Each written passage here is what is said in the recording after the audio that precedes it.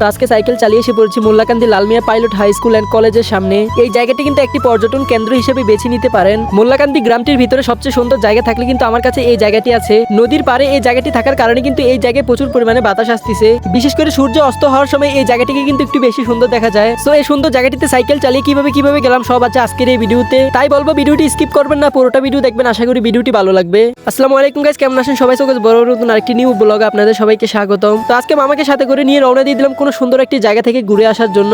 ভিডিওর প্রথম পার্ট দেখেই কিন্তু বুঝে গিয়েছেন আজকে কোন জায়গায় যাচ্ছি। সো পশ্চিম কেশরীকলে এসে দেখি যে অনেক বাচ্চারা মিলে একটি সুন্দর মাচা তৈরি করেছে গ্রামের মাঝে। এরকম সুন্দর মনোরম পরিবেশে কিন্তু মাচা তৈরি করে এগুলোতে বসার অনুভূতিটাই অন্যরকম হয়। যারা কিনা গ্রামে থাকে তারাই কিন্তু এই সুন্দর মনোরম পরিবেশগুলো উপভোগ করতে পারে। তো অবশেষে কিন্তু সাইকেল চালাতে চালাতে জুরানপুর গ্রামটিতে এসে পড়লাম। জুরানপুর থেকে গোয়ালমারি রাস্তাটা কিন্তু খুবই খারাপ অবস্থা ছিল। অন্যান্য গ্রামের রাস্তা কিন্তু ঠিক করা হয়ে গিয়েছে, কিন্তু এই রাস্তাগুলো এখনো ঠিক করা হয়নি। সো গোয়ালমারির পশ্চিম পাশের স্টিল ব্রিজ দিয়ে ঢুকে গেলাম। নদীর সাথে এই রাস্তাগুলো থাকার কারণে কিন্তু এই রাস্তা দিয়ে সাইকেল চালানোর অনুভূতিটাই অন্যরকম হয়। তারপর সেখান থেকে সাইকেল চালাতে চালাতে এসে পড়েছি সাতানি বাইতুল নূর জামি মসজিদের সামনে। সো এই গ্রামে এসে একটি ইন্টারেস্টিং জিনিস দেখলাম, কারণ পুকুরের মাঝে অনেক সুন্দর একটি বাড়ি করা হয়েছে। এর আগেও কিন্তু আমি এই মোল্লাকান্দি গ্রামটিতে সাইকেল চালিয়ে এসেছিলাম, আর এবার কিন্তু মামাকে সাথে করে নিয়ে এসে পড়লাম মোল্লাকান্দি কলেজ মাঠে। তো সাইকেলগুলোকে তালা দিয়ে ভাবলাম যে পুরোটা কলেজ মাঠ সুন্দরভাবে আপনাদের মাঝে উপস্থাপন করি। অনেকে কিন্তু আছে নদীর পাড়ে সুন্দর একটি জায়গা বেছে নিতে চান, তাহলে কিন্তু এই জায়গাটিতে আসতে পারেন। এর আগের বার যখন কিনা এই জায়গায় এসেছি তখন কিন্তু একেবারে মানুষ ছিল না, আর এবার কিন্তু অনেকে এই জায়গায় ঘুরতে আসে। এবং কি আজকে কলেজ মাঠে অনেক বড় একটি ফুটবল খেলা টুর্নামেন্ট হয়েছে। প্রত্যেক দিন কিন্তু এই জায়গায় ফুটবল খেলা খেলে থাকে।